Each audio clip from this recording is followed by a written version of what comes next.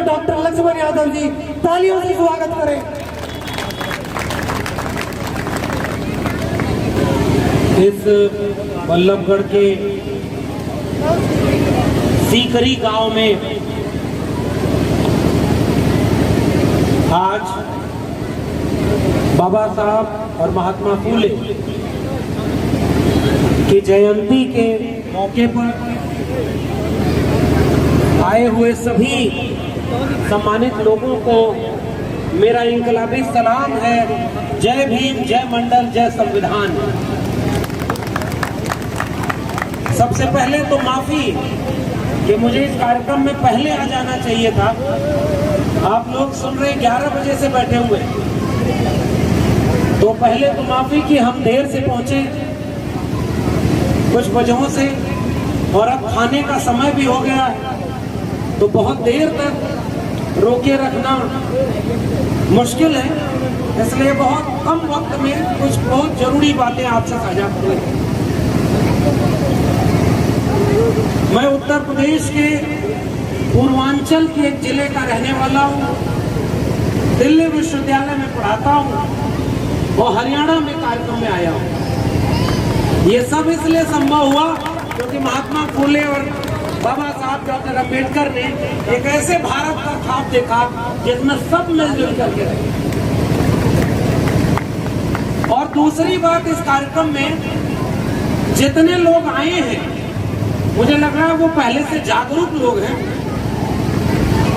जागरूक लोग हैं इसीलिए आज रामनवमी मनाने मंदिर में नहीं गए, आज बाबा साहब के पार्क में बैठे हुए हैं।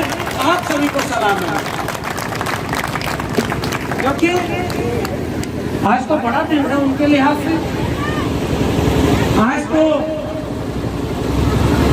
ये परीक्षा की घड़ी है कि आप भारत के संविधान को मानते हैं या भगवान को मानते हैं। तो जो पहले से जागरूक है उसे मैं और क्या बताऊंगा। मैं तो आप सभी को सलाम कर रहा हूं और इस पूरी आयोजन समिति का सलाम कर रहा हूं कि आप सब यहाँ इकट्ठे हुए। और उसमें भी इस कार्यक्रम की सबसे खूबसूरत बात देखिए, पुरुषों की जो लाइन है वो तितर बितर हो गई। कुछ लोग खाने चले गए, कुछ लोग कहीं और चले गए, और महिलाएं अभी भी अनुशासन में बैठी हुई हैं। आप इनके लिए ताली बजाएं। इस कार्यक्रम की सबसे बड़ी सफलता यही है कि पुरुषों से ज्यादा संख्या और अनुशासन में महिलाएं बैठी हुई हैं। बाबा साहब और महात्मा फूले ऐसे ही भारत का सपना देखते थे, इसलिए आप सभी को सलाम है मेरा।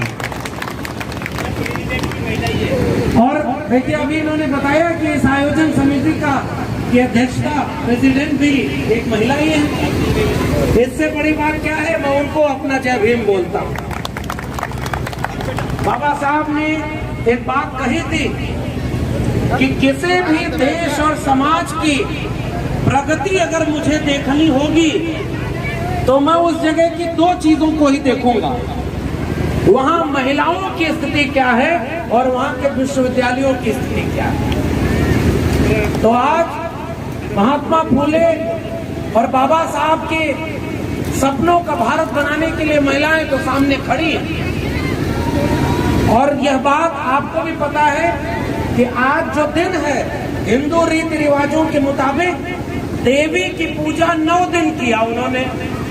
9 दिन देवी की पूजा किया और 9 दिन आकर के बच्चियों को खिलाया पिलाया। तो बेटी को पूजते रहे, बेटी को बिठाकर पूजा करते रहे, देवी बना दिया। लेकिन बेटियां जब पढ़ने लिखने स्कूल और विश्वविद्यालय गई तो स्कूल और विश्वविद्यालय को बर्बाद कर दिया। ऐसे धर्म और संस्कृति वाले लोगों का शासन इस समय भारत में। ये हमारी चुनौती है। केवल 2 बातें आपसे करने आया हूँ। मैं दिल्ली विश्वविद्यालय में पढ़ाता हूँ और अभी टेम्परेरी प्रोफेसर हूँ, परमानेंट भी नहीं हूँ। हमारे मित्र ने कहा ना कि नौकरी को जोखिम में डाल करके हमारे बीच में बोलने आए। अरे हमारे पुरखों ने तो अपनी जान जोखिम में डाली ताकि हम यहाँ खड़े हो सके। हम कौन सा जोखिम उठा। महात्मा ज्योतिबा फूले ओबीसी जाति से आते हैं। ये जरूरी है बात बताना। बाबा साहब ने अपने 3 गुरु बनाए। पहला गुरु तथागत बुद्ध, दूसरा गुरु बनाया महात्मा कबीर को, और तीसरा गुरु उन्होंने माना था महात्मा ज्योतिराव फूले। ये 3 के तीनों लोग उस जाति बिरादरी के नहीं थे जिसके बाबा साहब थे। अभी हमारे पूर्व के वक्ता कह रहे थे और बहुत गंभीर बात उन्होंने कही। इस देश में डॉक्टर भीमराव अंबेडकर को कहा जाता है कि वो दलितों के नेता थे। मैं यहाँ ये कहने और जोर देकर कहने आया हूँ कि अगर वो दलितों के नेता होते तो अपना तीनों गुरु किसी दलित को ही बनाते। उन्होंने तीनों गुरु किसको बनाया? जो विचार से एक थे, जिन्होंने सबकी मुक्ति का ख्वाब देखा था।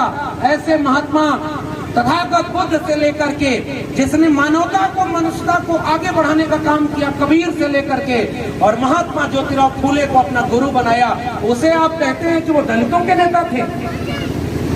अगर डॉक्टर अंबेडकर दलितों के नेता होते तो वो सारा काम केवल दलितों के लिए किए होते, लेकिन उन्होंने ओबीसी समाज जो आता है, पिछड़े तबके के लोग हैं, उनके लिए भी काम किया। अनुच्छेद 340, अनुच्छेद 15(4), 16(4), इन सब के जरिए जो पिछड़े तबके के लिए थोड़ा अधिकार मिला, उनमें एक सहयोग और आगे बढ़कर के उनकी लड़ाई लड़ने वाले नायक का नाम है डॉक्टर भीमराव अंबेडकर। महिलाओं के लिए आज महिलाओं के काम के घंटे पुरुषों से कम हो। Child care leave, maternity leave जो मिलती है, महिलाओं को छुट्टी जो मिलती है, महिलाओं को पूरा वेतन पुरुषों के बराबर हो, ये सारा अधिकार देकर के लड़ाई लड़ने वाले महिलाओं के भी मुक्ति का मार्ग दिखाने वाले नायक का नाम है डॉक्टर अंबेडकर। दुनिया में लोकतंत्र जब बना तो वहां सबको वोट करने का अधिकार दे दिया गया, लेकिन महिलाओं को वोट करने का अधिकार नहीं दिया। लेकिन बाबा साहब को जब संविधान बनाने का मौका मिला तो उन्होंने महिलाओं को बराबरी का हक देकर के वोट करने का अधिकार दे दिया। फिर भी वो दलितों के ही नेता है। डॉक्टर भीमराव अंबेडकर ने जिन्हें अपना गुरु बनाया, महात्मा ज्योतिराव फूले। महात्मा ज्योतिराव फूले ओबीसी जाति के थे। मैं क्यों बता रहा हूं, इसकी भी वजह बता रहा हूं। जाति पर बात अगर नहीं करेंगे तो अचानक कोई आपके मंच पर आएगा और कहेगा कि आपको मैं 5 लाख 10 लाख दान देता हूँ डॉक्टर अंबेडकर के नाम पर, उनकी बड़ी सी मूर्ति बनवा लो, उनके लिए बड़ा सा पार्क बनवा लो। लेकिन जो सपना डॉक्टर अंबेडकर ने देखा था, सबकी बराबरी का, सबको अधिकार पाने का, सबको शिक्षा देने का, उन लोगों के साथ वो लोग खड़े हो जाएंगे जो आपके बच्चों के पढ़ाई लिखाई और रोजगार का हक छीन रहे हैं और मूर्ति बनवा रहे हैं। उनको पहचानने की जरूरत है। और हमें आपने बुलाया है तो इसीलिए बुलाया है ना कि सच बात बोलिए। भाई हमें आपके यहाँ चुनाव तो लड़ना है नहीं, हमें आपका वोट तो चाहिए नहीं। अगर हम सच कोई बात कहेंगे और आपको अच्छी लगेगी तो अगली बार फिर बुलाएंगे, और नहीं अच्छी लगेगी तो नहीं बुलाएंगे। लेकिन मैं एक बात कहता हूँ कि आजमगढ़ जैसे जिले से निकलकर इलाहाबाद विश्वविद्यालय से पढ़कर आज दिल्ली विश्वविद्यालय में पढ़ाने लायक हुआ हूँ, तो पहले सोचता था कि मेरे परिवार वालों ने बहुत मेहनत की, तपस्या की, इसलिए मैं पढ़ा रहा हूँ। और ये सही बात है कि परिवार वालों की वजह से हम आगे बढ़े। लेकिन जब हमें समझ में आया कि परिवार वाले लाख मेहनत करते लेकिन भारत का संविधान और मंडल कमीशन न होता तो आज हम यहाँ नहीं होते। इसलिए हमें सच बोलना बहुत जरूरी है। परिवार वाले तो बहुत लोगों की मेहनत करते रहे, किसके परिवार वाले नहीं चाहते कि उनके बच्चे पढ़ लिख करके आगे बढ़ जाएं? लेकिन जब तक भारत का संविधान नहीं था, मंडल कमीशन नहीं था, तो क्या इस दलित पिछड़े आदिवासी घरों के बच्चे देश चलाने आगे बढ़े? क्या थोड़े से लोग बढ़े जिनमें ताकत थी, जिसमें हिम्मत थी, जिनमें से एक थे महात्मा फूले।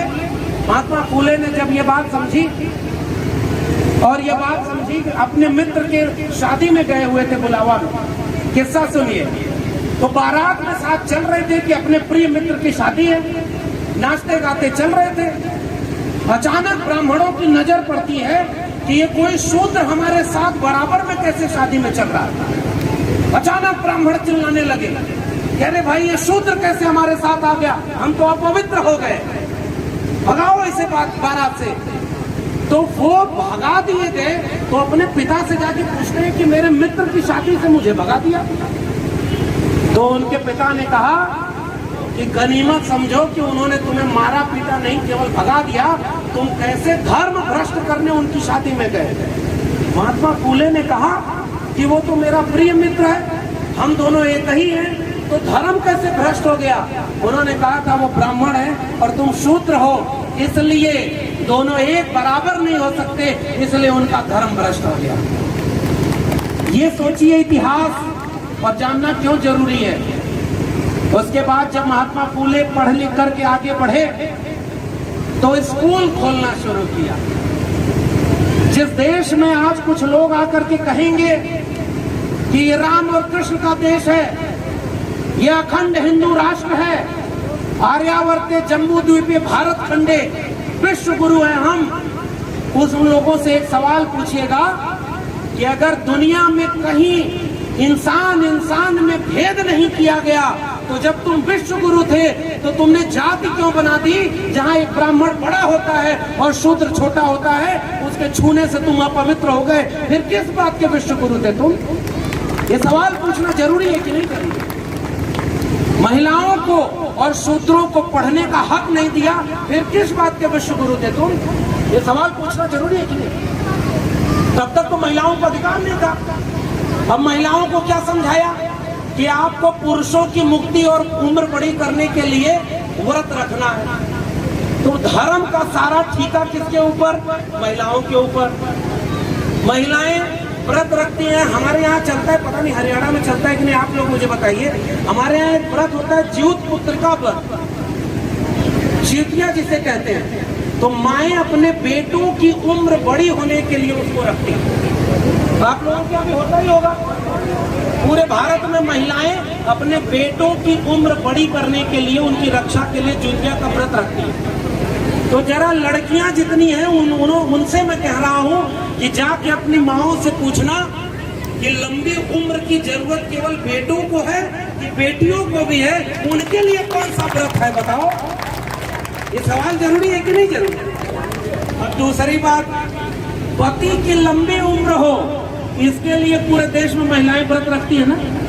अच्छा सोचिए ये व्रत किसने बनाया होगा, महिला ने बनाया होगा या पुरुष ने बनाया होगा।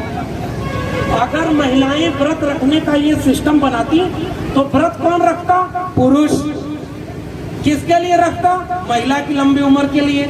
लेकिन इस सिस्टम को बनाया कौन, पुरुषों ने। तो व्रत कौन करता है, महिलाएं, पत्नी करती हैं। किसकी उम्र के लिए, पति की उम्र के लिए। यह है धर्म। तो ये बताइए अगर पति को लंबी उम्र चाहिए तो पत्नी को लंबी उम्र नहीं चाहिए क्या। कोई धर्म का एक पर्व, एक त्योहार, एक व्रत ऐसा बता दो जो पति रखते हैं अपनी पत्नी की लंबी उम्र के लिए। नहीं है ना। ऐसा राष्ट्र तुमने बनाया था जिसमें महिला और पुरुष में भेदभाव था। कोई ऐसा यज्ञ बता दो जिसमें महिला और पुरुष दोनों साथ में बैठ करके पूजा करें, तब पूजा तुम्हारी होती है। दान कौन देगा, दक्षिणा कौन देगा, सब कुछ कौन करेगा, पुरुष। और महिला कौन है, उसकी अर्धांगिनी। अच्छा एक बात आपने सुना है, एक शब्द होता है गृहिणी।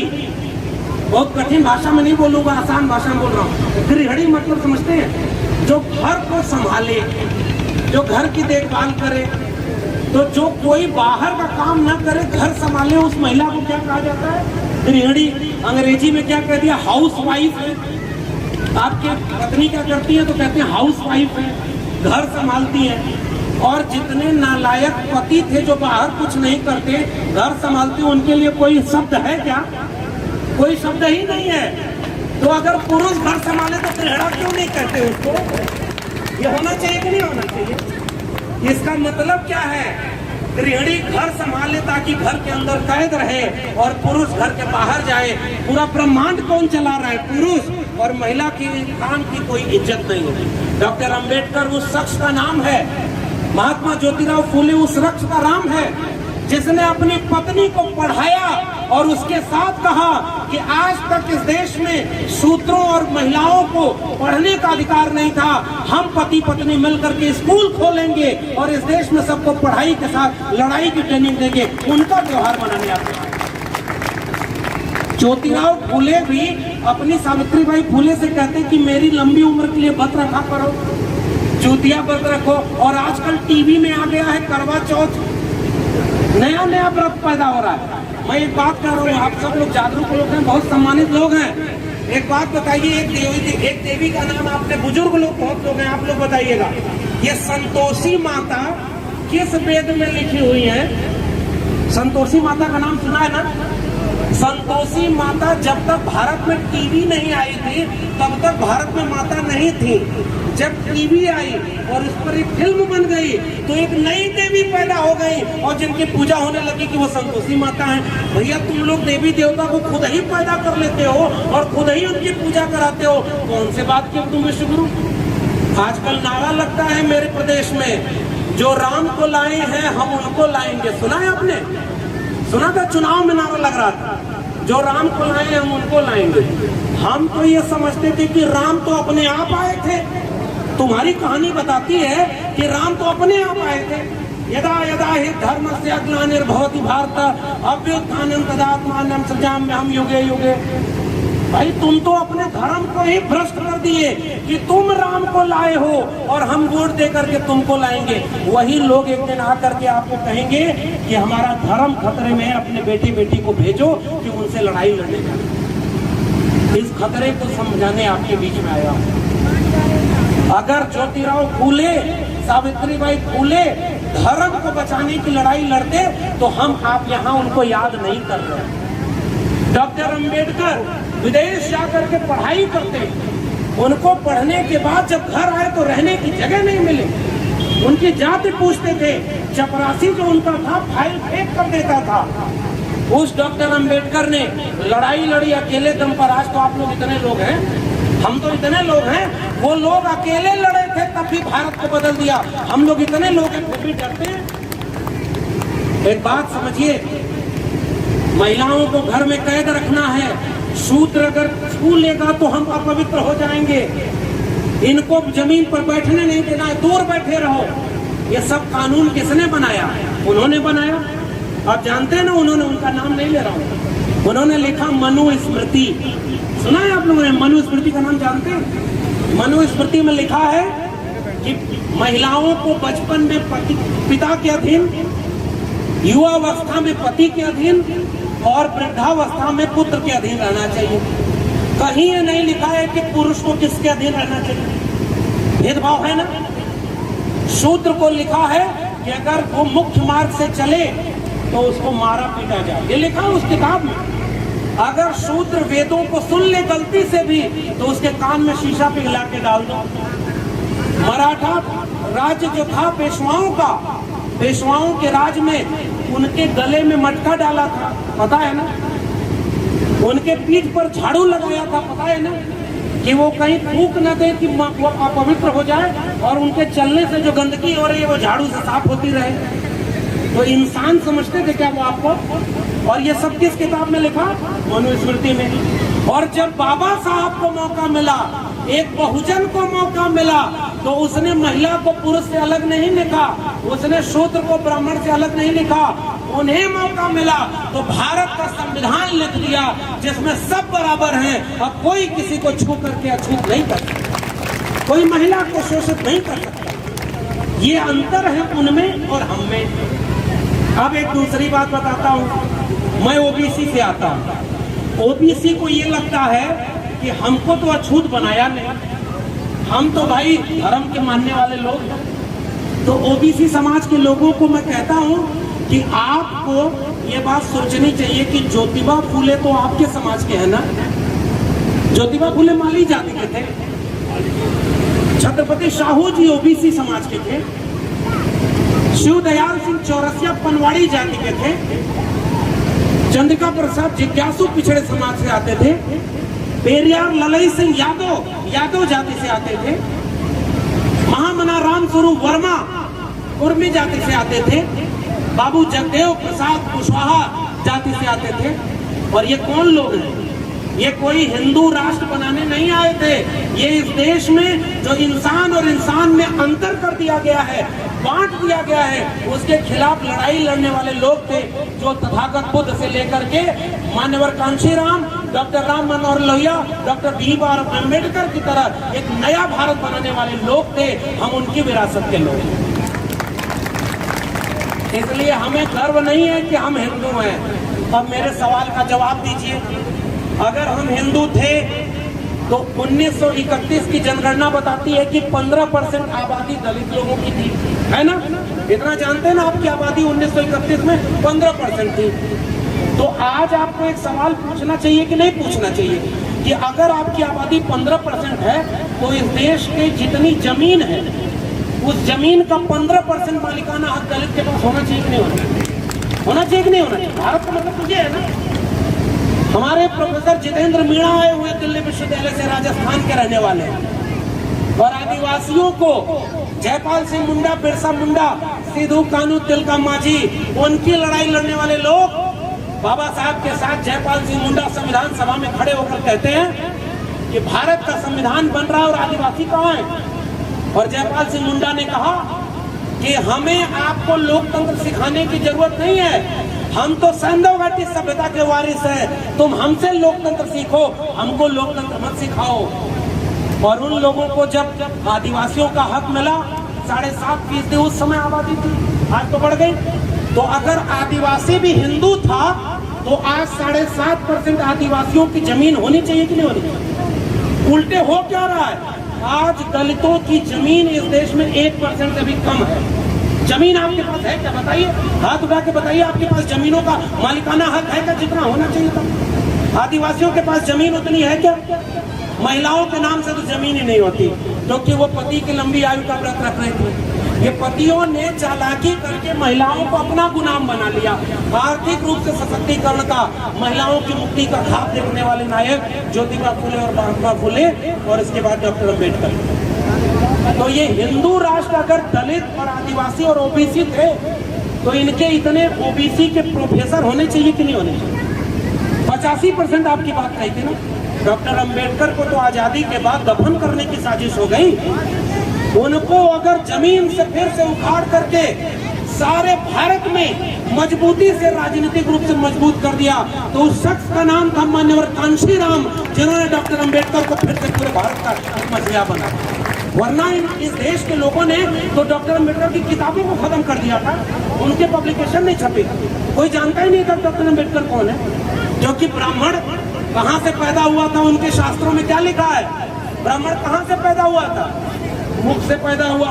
तो हमारे ज्योतिबा फुले ने एक सवाल पूछा गुलामगिरी कि भाई बच्चा जब पैदा होता है तो गर्भ ठहरता है ना, गर्भ ठहरता है, तो जब मुख से पैदा हुआ तो गर्भ कहाँ ठहरा रहा? सवाल कठिन है ना। ब्रह्मा के 4 मुंह थे तो माँ का स्तनपान ब्रह्मा किस मुख से करते थे? ये सवाल है ना। भुजाओं से कोई इंसान कैसे पैदा होता है? गुलामगिरी ने पूछा है। हम तो आज डर जाते हैं कि कल को कोई भगवा झंडा लेकर आएगा और आपकी बस्ती पर हमला कर देगा। हो रहा है ना इस देश में, आप थोड़ा सा दाएं बाएं कर दीजिए तो तुरंत आपके ऊपर हमला हो रहा है। तो गुलामगिरी में क्या लिखा कि ये जितने देवी देवता थे, दुनिया में इंसान एक तरह से पैदा होते हैं। भारत में कोई मुख से पैदा हो रहा है, कोई भुजाओं से पैदा हो रहा है, कोई जंघे से पैदा हो रहा है, उसके बाद भी कहते हैं हम विश्व गुरु हैं। अरे दुनिया वाले हंसते हैं तुम पर कि क्या क्या किताब में लिख दिए हो। हमारे यहाँ क्या किताब में लिख दिया कि हमारे यहाँ सूरज को एक बच्चा देखा कि पेड़ के पीछे से, तो उसको लगा कि ये फल है लाल लाल, और उसको समझ में नहीं आया, उड़ गया और सूरज को खा गया, सूरज को निकल गया। आपकी धर्म की किताब में लिखा है। हमारे यहाँ दलित कवि हुए, उन्होंने एक बात कही भोजपुरी में, मैं उसका हिंदी बताऊं। उन्होंने क्या कहा कि अगर सूरज है धरती से कई गुना बड़ा तो हनुमान जी के घोट के कहाँ रहना खड़ा। इसका मतलब समझे आप लोग? नहीं समझे, मैं समझा। सूरज तो धरती से बहुत बड़ा है ना, तो धरती से उड़ के जब एक बच्चा के गया सूरज को खा गया, तो इतने बड़े सूरज को खा के वो खड़ा कहाँ हुआ? उसका पैर कहाँ था? वो कैसे खा गया? सूरज गर्म होता है, जला नहीं क्या? फिर ब्रह्मा उम्मा गए, बहुत हाथ जोड़ के कहे करे भैया गलती हो गई, सूरज को निकल दो, तो निकल दिया उसने। ये कहाँ लिखा? उनके धर्म की किताबों में। अब एक किस्सा सुनिए, बस 5 मिनट और लूंगा, किस्सा सुनिए। एक बार एक बच्चा, आप लोग की तरह जैसे पढ़े लिखे लोग हैं, आप लोग की अभी इंसान मर जाए तो तेरह ही होती है ना। एक पंडित आता है, इन्हें कहता है कि आत्मा अभी अभी बीच रास्ते में है, जो दादाजी मरे हैं उनकी आत्मा भी आधे रास्ते में है, उसको पूरा ऊपर तक कैसे ले जाएंगे? जब हवन कराओगे। हवन कौन करेगा? पंडित जी करेंगे। होता है ना, आप लोगों के भी होता है ना, दान दक्षिणा देते हैं। तो एक बार पंडित जी आए तो पिताजी ने कहा कि हमारे दादाजी को उचित जगह पे पहुंचाना है तो मुक्ति हो जाए, तो कोई दिक्कत तो नहीं है। 15 दिन बाद हमारे यहाँ पे तो पंडित ने बोला कि बड़ी दिक्कत, सब तो ठीक है लेकिन उनके सोने में दिक्कत हो रही है। एक पलंग अगर दे दें आप तो वहाँ दादाजी बहुत आराम से सोएंगे। पिताजी ने पलंग दे दी, नई बनवा करके हरे पंडित जी ले जाएंगे और दादाजी को पलंग दे देंगे। पंडित जी लेके चले गए। कुछ दिन बाद फिर पंडित जी आए तो फिर पिताजी ने कहा कि बाबूजी को सोने में कोई दिक्कत तो नहीं? कहा नहीं, बड़े आराम से नींद आती है नई पलंग पे, बहुत मजे में है। कहा और कोई दिक्कत? तो कहा हाँ, बाजार जाने में थोड़ा परेशानी होती है, एक साइकिल मिल जाती तो उनको बड़ा आराम हो जाता। तो फिर पिताजी ने कहा कि दादाजी को साइकिल चाहिए, तुरंत नई साइकिल खरीद के दे दी। कि ले गए भाई और साइकिल लेके पंडित जी चले गए। उसके बाद तीसरी बार कुछ दिन बाद फिर वो पंडित जी आए तो जो पोता था वहीं बैठा देख रहा था सब। पिताजी पूछे कि दादाजी खुशी से हैं? तो उन्होंने, पंडित जी ने कहा बड़े आराम से हैं, चारपाई पर बड़ी अच्छी नींद आ रही है और रोज सुबह शाम साइकिल चला के घूमते रहते हैं। वो जो पोता बैठा था वो काम नहीं, पंडित जी झूठ बोल रहे हैं। दादाजी को न साइकिल मिली और न चारपाई मिली। तो पंडित खड़ा हो गया गुस्से में, कहा कि अरे कैसे बोल रहा है बालक, तुझे कैसे पता? तो उन्होंने कहा कि दादाजी ने मुझे चिट्ठी लिखी है, देखो लिखा है कि बेटा तुम्हारी भेजी हुई न साइकिल मिली न पलंग मिली, बड़ा दुखी हूँ। पंडित और नाराज हुआ, कहा अरे ये चिट्ठी किस रास्ते तुम्हारे पास आई है? तो पोता बोला उसी रास्ते जिस रास्ते आपने पलंग भेजी थी, साइकिल भेजी थी उनके पास। पंडित जी नाराज हुए, चले गए। ये किस्सा किसी और का नहीं, महात्मा ज्योतिराव फूले का है, जो अपने घर में पंडितों से शास्त्रार्थ करते थे और पिता नाराज हो गए कि पंडित के खिलाफ जाता है। उसी का किस्सा एक और सुनाता हूँ, महात्मा ज्योतिबा फूले का। महात्मा फूले के मित्र थे, बड़े परेशान थे, तो पंडित के पास हमारे यहाँ लोग चले जाते हैं। आप लोग तो खैर, आप लोग चले भी जाएंगे तो पंडित दूर से कहेगा नहीं, पैसा दे दीजिए, हमको छूइए मत। अरे तुम हमारा छुआ हुआ पैसा ले लोगे और हमको छूने से अपवित्र हो जाएगा। शर्म आनी चाहिए ऐसे धर्म और ऐसी संस्कृति पर। ये दुनिया में कहीं बता नहीं सकते कि तुमने इंसान को अछूत बना दिया। पैसा ले लेंगे ना, आपका पैसा अछूत नहीं है और उसके बाद छुएंगे नहीं। तो महात्मा फूले ने एक किस्सा लिखा, तीसरा रत्न नाटक का नाम है। अगर आप अपने बच्चों को गुलाम होने से बचाना चाहते हैं तो मेरा कहना एक मानिए, जिस भी दिन कोई हिंदू धर्म का त्योहार हो उस दिन महात्मा फूले या doctor Ambedkar, doctor Ram Manohar Lohia, doctor Periyar ललई सिंह यादव, चंद्रिका प्रसाद जिज्ञासु की कोई किताब पढ़ करके घर में पढ़ाइए, लड़के लड़कियां मुक्त हो जाएंगे और आपके बच्चों को कभी कोई गुलाम नहीं बनेगा। पढ़ाई मुक्ति का रास्ता है। और उस पढ़ाई के दम पर महात्मा फूले ने एक नाटक लिखा है, तीसरा रतन। तो तीसरा रतन में क्या लिखा है, बड़ा मजेदार किस्सा है, सुनिए। एक व्यक्ति जो बड़ा जीवन में परेशान था तो पंडित के पास गया तो उसने पंडित से पूछा कि बड़ा जीवन में हम परेशान हैं बाबा जी। तो बाबा जी ने कहा कि तुम्हारी जन्म पत्री में देख रहा हूँ, तुम्हारा तो शनि ग्रह ठीक नहीं है। क्या नहीं है ठीक? शनि, जानते ना, राहु केतु शनि। हमारे यहाँ कहा जा रहा था कि शनि एक देवता है, हमारे यहाँ कहा जा रहा था पानी एक देवता है, हमारे यहाँ कहा जा रहा है कि किसको किसको देवता बना दिया, जानते हैं? ऐसी ऐसी चीजों को देवता बना दिया जिसको विज्ञान ने कहा कि तो संभव है। पृथ्वी केंद्रित ब्रह्मांड बनाया और बाद में पता चला कि सूर्य केंद्रित ब्रह्मांड। तो उसी तरह से शनि एक देवता है, ग्रह नहीं। तो पंडित ने कहा कि तुम्हारा शनि ग्रह ठीक नहीं। तो उसने कहा पंडित जी कैसे ठीक होगा? तो उसने कहा कि एक हवन कराना पड़ेगा, यज्ञ कराना पड़ेगा। तो वो नादान हम ही लोगों जैसा था, शायद आपके गांव यही सीकरी उकरी के आसपास का रहा होगा। तो उसने कहा कि कितना पैसा खर्चा आएगा? तो पंडित जी ने कहा कि 1 लाख रुपया खर्चा आएगा, शनि ग्रह ठीक हो जाए, तुम्हारे जीवन के सारी दुख दूर हो जाएगा। उसने कहा कि पंडित जी इतना पैसा तो नहीं है मेरे पास। तो उन्होंने कहा कि अच्छा चलो 50,000 में तुम्हारे लिए कर देंगे। बार्गेनिंग देखा ना, भगवान को भी बार्गेनिंग करके ये सब कहते थे हम मुक्ति दिलाएंगे, और ये सब कहते हैं कि हम मुख से पैदा हुए हम सबसे बड़े हैं। हमारे महात्माओं ने उनकी धज्जी कैसे उड़ाई है सुनिए। तो वो आदमी बोला कि नहीं साहब इतना पैसा भी नहीं है। तो पंडित ने कहा कि अच्छा 10,000 रुपया दे देना, शनि ग्रह ठीक कर देंगे तुम्हारे लिए। उसने कहा कि नहीं साहब इतना पैसा भी नहीं है। आखिरी में पंडित ने कहा कि अच्छा 1,000 रुपया दे दो, 1 हफ्ते के लिए शनि ग्रह को ठीक कर देता हूँ, बाद में जब पैसा हो जाएगा तो बड़ी बड़ी हवन करा लेना, पूरा सब ठीक हो जाएगा। वो आदमी खड़ा हुआ कहा कि हुजूर देखिए मेरे जेब में 1 रुपया नहीं है। तो पंडित नाराज होकर खड़ा होकर कहा कि जब तेरी जेब में 1 फूटी कौड़ी नहीं है तो जा बच्चा, शनि तेरा कुछ नहीं बिगाड़ सकता। इसका मतलब शनि खराब था कि निगाह जेब पर थी। आप बताइए सोचकर, शनि का कोई मसला था क्या? जिसके जेब में फूटी कौड़ी नहीं उसका शनि कुछ नहीं बिगाड़ पा रहा है। और ऐसे लोगों को धर्म के नाम पर गुलाम बनाया गया। उनसे मुक्ति दिलाने वाले नायक का क्या नाम है? महात्मा ज्योतिराव फूले। और कल है उनका जन्मदिन, घर घर में त्योहार की तरह मनाइए।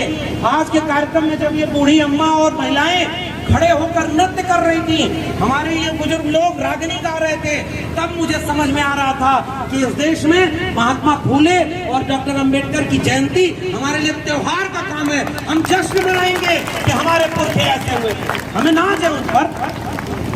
तब उसके लिए हम कहते हैं कि मुक्ति दिलाने के काम करेंगे। एक आखिरी किस्सा और सुना लूं, धर्म कैसे गुलाम बनाता है। एक आदमी खजूर के पेड़ पर चढ़ गया, ध्यान से समझिएगा। वक्ता जी ने हमको कहा था नई शिक्षा नीति पर बोलिए, इससे बड़ी शिक्षा आज के जीवन में कुछ है क्या? जब आप मानसिक गुलामी से मुक्त हो जाएंगे तो कोई आपको गुलाम बना पाएगा क्या? ये सबसे बड़ी है। बाबा साहब ने कहा था गुलामों को गुलामी का एहसास करा दो, अपनी बेड़ियां वो अपने आप तोड़ लेगा। इसलिए ऐसे कार्यक्रमों की जरूरत है।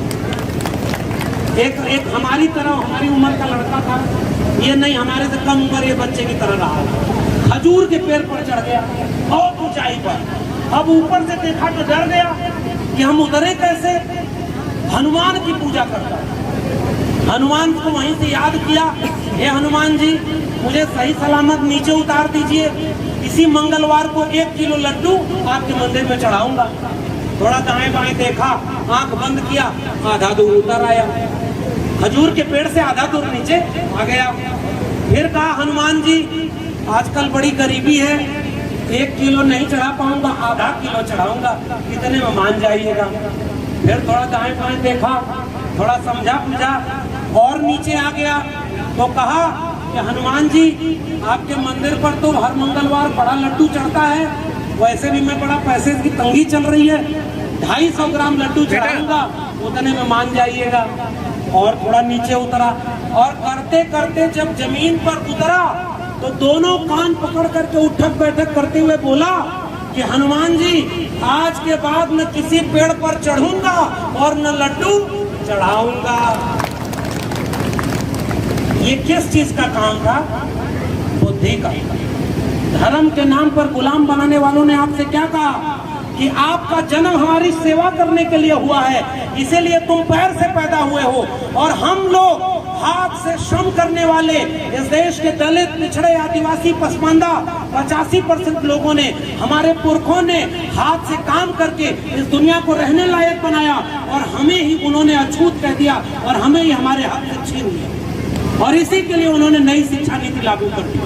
और नई शिक्षा नीति का मतलब केवल आसान भाषा में बताऊं तो यही है कि अब जिसकी जेब में पैसा होगा उसी के बेटा बेटी को शिक्षा मिलेगी। आसान भाषा में इतना ही है। और शिक्षा नहीं मिलेगी तो नुकसान क्या होगा, इस बात को समझना बहुत जरूरी है। आखिरी बात कह रहा हूँ, भूख सबको लगी होगी, खाने की तरफ चला जाएगा। आज जरूरत पड़े, बाबा साहब से एक बार किसी ने पूछा कि आपको मानने का सबसे अहम चीज क्या होनी चाहिए, हम कैसे आपके रास्ते पर चले, मंदिर बनवाएं, मूर्ति बनवाएं, क्या करें, पूजा करें। बाबा साहब ने क्या कहा था, व्यक्ति पूजा गुनाह है। बाबा साहब ने कहा कि मेरी पूजा मत करना, मेरी मूर्ति मत बनवाना। देखिए, मूर्ति बनाना इसलिए भी जरूरी होता है कि इस देश में जब मान्यवर कांशीराम ने 85% लोगों की बात कही, डॉक्टर लोहिया ने कहा कि पिछड़ा पावे 100 में 60, संत सोपा ने बांधी घाट, तो महामना राम स्वरूप वर्मा ने और बाबू जगदेव प्रसाद ने उस नारे को आगे बढ़ाया। 100 में 90 शोषित हैं, शोषितों ने ललकारा है, धन धरती और राजपाट में 90 भाग हमारा। ये हमारा नारा था ना, 10 का शासन 90 पर, नहीं चलेगा, नहीं चलेगा। जो जमीन को जोते बोए वो जमीन का मालिक होए। त्रिवेणी संघ और अर्जक संघ बना, ओबीसी समाज के लोगों को पता ही नहीं है कि त्रिवेणी संघ और अर्जक संघ क्या है। ओबीसी के लोग हिंदू बने बैठे हैं, और मैं जो नारा बता रहा हूँ ओबीसी के लोगों को घर घर जाके बताइए कि उन्होंने नारा दिया, जिसमें समता की चाह नहीं वह बढ़िया इंसान नहीं, समता बिना समाज नहीं, बिन समाज जनराज नहीं, ब्राह्मणवाद की क्या पहचान, गिटपिट बोले करे न काम, मानववाद की क्या पहचान, ब्राह्मण भंगी एक। ये नारा था उनका। और तब पेरियार लल्लई सिंह यादव ने क्या कहा कि बलिदान में सिंह का होते सुना, बकरे बलि वेदी पर लाए गए, न काटे टेढ़े पादप गए, सीधों पर आरे चलाए गए, विषधारी को दूध पिलाया गया, केचुए कटिया में फंसाए गए, बलवान का बाल न बांका भया, बलहीन सदा तड़पाए गए, बलहीन सदा तड़पाए। कमजोर लोगों को ही तो तड़पाया गया। इसीलिए बाबा साहब ने कहा कि अपना हक मांगो नहीं, छीन के ले लो, वरना तुम्हें तुम्हारा हक कोई देने वाला नहीं। और उस समय इन सारे महापुरुषों ने मिल करके आखिरी में क्या ख्वाब देखा था। दक्षिण भारत में पेरियार ईवी स्वामी नायकर थे, उत्तर भारत में डॉक्टर राम मनोहर लोहिया और डॉक्टर अंबेडकर तीनों मिलकर के एक नया भारत बनाना चाहते थे।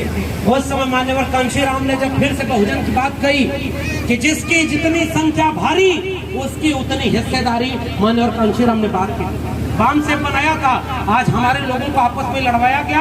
हमारे पूर्व के वक्ता कह रहे थे ना, हमारे लोग आपस में शादी ब्याह नहीं करते, हमारे लोग मिलते जुलते नहीं। ये जाटव है, वाल्मीकि है, ये शूद्र है, और हमारे यहाँ चलता है यादव है, कुर्मी है, कोयरी है, निषाद है। हमको आपस में बांट दिया और वहाँ सारे सवर्ण एकजुट होकर के 15% होकर के 95% जगहों पर कब्जा किए हुए। आपकी लड़ाई धन धरती और राजपाट की लड़ाई थी। मान्यवर कांशीराम ने यह लड़ाई लड़ी।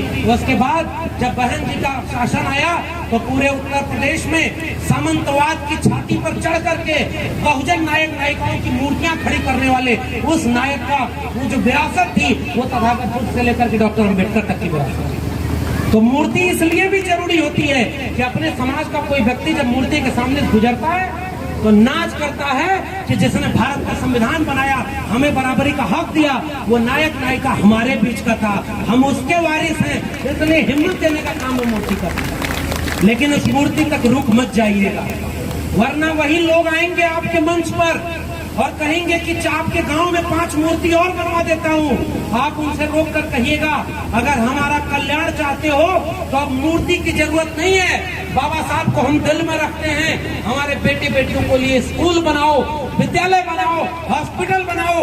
आज बाबा साहब होते तो स्कूल, विश्वविद्यालय और हॉस्पिटल की लड़ाई लड़ रहे होते। आज आपके प्रोफेसर विश्वविद्यालयों में नहीं है, आपके जज सुप्रीम कोर्ट में नहीं है, आपके वकील नहीं है, आपके पास व्यापारी नहीं है। और आज अचानक कहा जा रहा है कि यह 85% हिंदुओं का हिंदू राष्ट्र बनाना है और मुसलमानों के खिलाफ इस देश में दंगा कराया जा रहा है।